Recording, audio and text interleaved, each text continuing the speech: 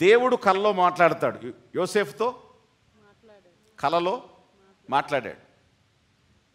ఎందుకు కలలో మాట్లాడతాడు?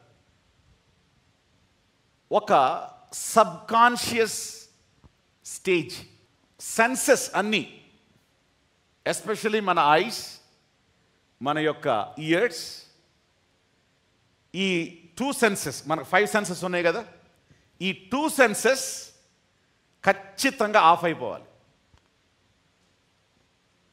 ఈ 2 సెన్స్లే లోకానికి చాలా ఇంపార్టెంట్. ఇదేమో ఇన్పుట్స్ అన్నీ ఈ రెండింటి ద్వారానే. నోట్లోంచి వెళ్ళేది బహిర్భూమిలోకి వెళ్ళిపోద్ది, దాంతో సంబంధం ఏమీ లేదు.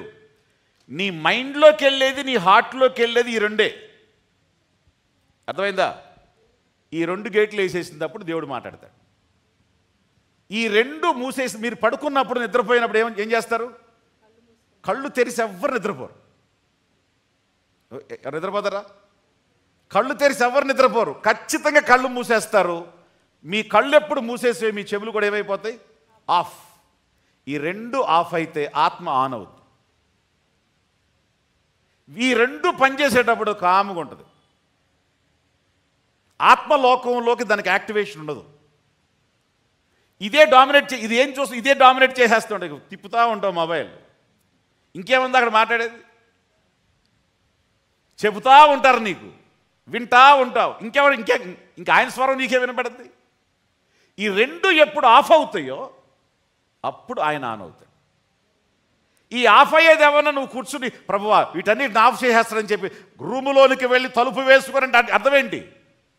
ఇక ఎవడు మీ కళ్ళకి కనపడ, ఏది మీ చెవులకి కనీసం అట్లనే వస్తుందని ఆయన రూమ్లోకి వెళ్ళమని చెప్పేది.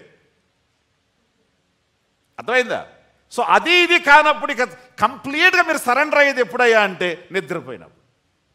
అప్పుడు ఆయన ఏమైనా చెప్పుకునే ఉంటే బెడ్రూమ్లోకి వచ్చి, మీ నిద్రలోకి వచ్చి ఎట్లా ఇవ్వాలో మీకు దానికి ఒక క్రియేషన్ చేసి అప్పుడు మీతో చెప్తాడు. ఎందుకంటే అప్పుడు మాత్రమే మీరు చెప్పండి, అప్పుడు మాత్రమే మనం వింటాం. అప్పుడు ఆ తప్ప ఇక ఆన్లో ఉన్నప్పుడు ఎప్పుడు అసలు ఆయన స్వరం మనం. అందుకు కల్లో దేవుడు మాట్లాడి అప్పుడు ఆత్మకి యాక్సెస్ దొరుకుతుంది. అప్పుడు ఆత్మకి రిసీవ్ చేసుకునే కెపాసిటీ ఉంటుంది. సో దేవుడు మాట్లాడినా ఒకవేళ నీ మనసు కూడా ఏం చేస్తుంది?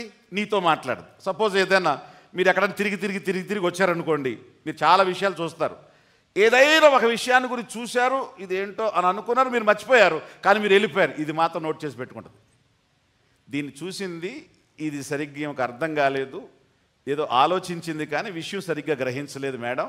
కాబట్టి నీ లోన ఒక డ్రామా ఆర్టిస్ట్ ఒకడు ఉన్నాడు. వీడు లోన డ్రామా ఆర్టిస్ట్.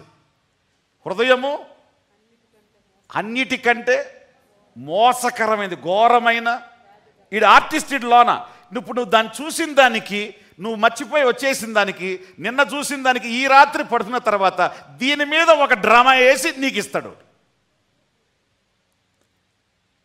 అది ఎక్కడో చూశానండి, దాన్ని మొన్న చూశాను కానీ నాకు నిన్న కల్లోకి వచ్చింది అదంతా డ్రామా. అది నీ సబ్కాన్షియస్లో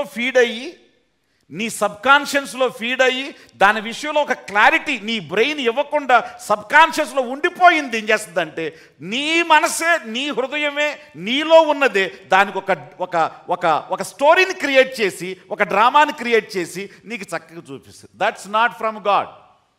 అది నీ నుండి వచ్చేది. అధిక నిద్ర వలన స్వప్నాలు కలుగుతాయి అని ఉంది మనకు బైబిల్. అధిక నిద్ర వల్ల స్వప్నాలు అవి దేవుడి నుంచి వచ్చేవి కాదు. అయితే స్వప్నాల ద్వారా దేవుడు రావడం అనేది దేవునికి ఒక ఛానల్. అది ఈ ఛానల్లో దేవుడు రావచ్చు, నీది రావచ్చు, దెయ్యింది రావచ్చు. కాబట్టి 3 డోర్లు ఉన్నాయి. కాబట్టి ఇది దేవుని డోర్ ఒకటే అనుకోబాకండి.